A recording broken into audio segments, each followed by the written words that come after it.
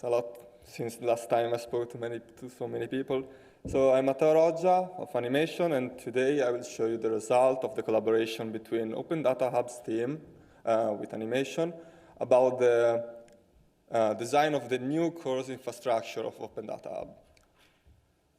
Just a quick introduction, a quick agenda about the presentation. We will have a little bit of introduction of the context where we decided to collaborate, the new Open Data Hub, the technologies, the way it changed, the way it changed how providers communicate with Open Data Hub and how Open Data Hub communicates to the world, reactivity of the system, a very short showcase about the potential of the new architecture, and of course the conclusion. Okay, we live in 2023 in a world where every action, every piece of data triggers invisible, complex process that are essential for all of us. Liking a post substantially change how the system perceives our interest, changing our feed and recommendation. A world where resolving a CAPTCHA do not just let us in the website we wanted to browse. It also helps AI models to improve their predictions, and where the data of a single sensor could potentially change weathering forecast, impacting the life of thousands of people. This system, which invisibly shape our daily lives, requires specialized architecture and design to propagate data towards dozens, if not thousands, of microservices and sub-processes which work relentlessly and silently for us. Open Data Hub is one of those systems. It's an engineering and technological excellence servicing citizens, generating valuable information for all those who live, transit through, and enjoy the beauty of Alto Adige. It performs the task so well that integration and supported providers increase yearly. To support this growth, Noi TechBarb, in collaboration with Animation, has decided to take a step further toward the future by redesigning and preparing Open Data Hub course infrastructure for future integration to answer future and future needs. So what's the new version of Open Data Hub? Well, it's a distributed system of event-driven microservices with zero downtime. This cryptic sentence encapsulates like the work of 1 year, 6 months. But what does it actually mean? Well, the first part means that the new Open Data Hub is not a large application or a big monolithic system. Instead, it's a set of small, completely isolated services which cooperates in the important task of guiding the data end-to-end from provider to client. The second part highlights how we didn't choose asynchronous communication, the standard request-response flow, for instance, but we opted for an asynchronous messaging flow.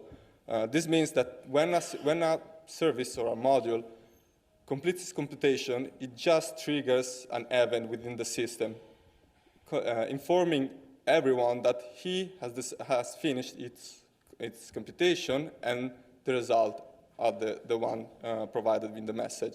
It's then up to anyone interested in that particular event to capture it, taking control and continuing the processing chain. Sounds a trivial difference, but it's actually the core choice which allowed us to create a more scalable, integrable, and resilient system. Last part of the sentence emphasizes the fact that we do not lose data as soon as the data comes in. The system is continually accessible even during upgrades, and it cannot be halted by malfunction of one or multiple internal components.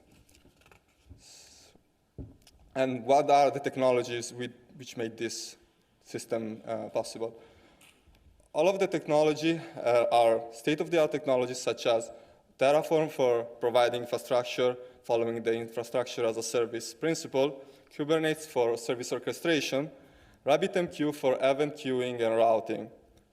These technologies do not only align Open Data Hub with world's leading enterprise and consequentially with massive open communities of engineers and developers, but have also been chosen because all of them are open source.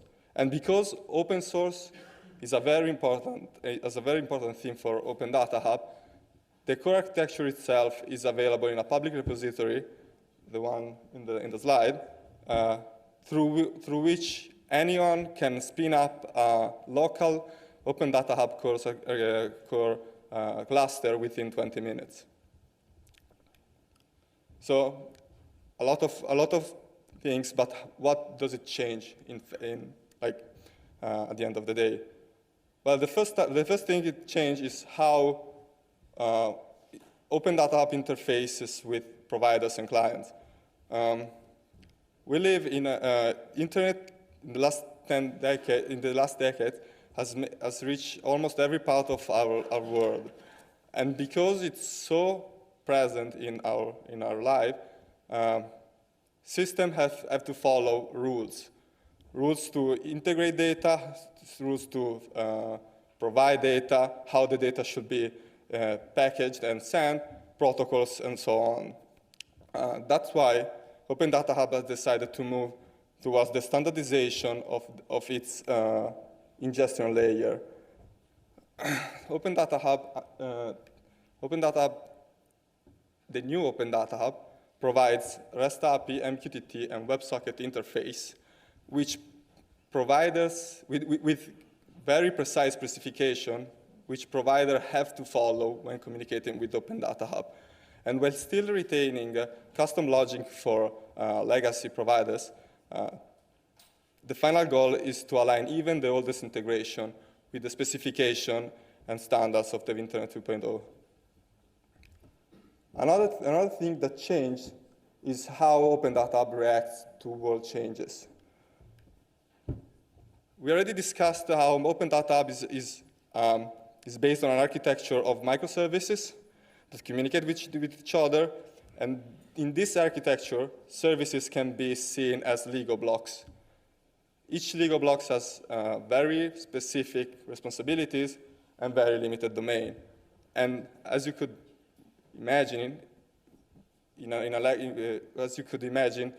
playing with a Lego box, services can be attached, detached, and put together to create new clusters as needed. The benefit of this approach is, of course, adaptability of the system and elasticity to what the future reserves. The addition of new functionalities or intermediate data processing steps, such as ingesting data in an AI model, without impacting the running of the existing pipelines, is a core feature we built in the system, allowing Open Data Hub to evolve without any problem. In fact, Open Data Hub, the new Open Data Hub, evolves by design. And it doesn't evolve just as data aggregator and provider, because one aspect that has not been yet covered in this presentation is the decision to maintain the historical raw data incoming into the system, aka the data as provider provided. Having an historical data lake opens for possibilities for research institutions like the Università di Bolzano or EURAC, which might be interested not only in having the processed data, but also the raw data, to plug in the Open Data Hub without any effort and start doing their studies and analysis. In fact, Open Data Hub contemplates the integration of low-code sandbox environments, which are accessible to non-technical individuals, and allow them to create their own data processing pipelines and start playing with the data. If then the pipelines could if then the pipeline shows itself as valid, it could be also transported into the main system. So, with the upcoming version of that Open Data Hub embraces a distributed, event-driven, open-driven microservice architecture for real-time data handling. Through open source and cloud-agnostic solution, Open Data Hub promotes compatibility, interoperability, and future-proofing. It not only serves as a data provider, but also offers research opportunities, fostering collaboration and innovation. Open Data Hub continuous evolution and commitment to excellence make it a crucial asset for unlocking the potential of data in the digital age. Thank you.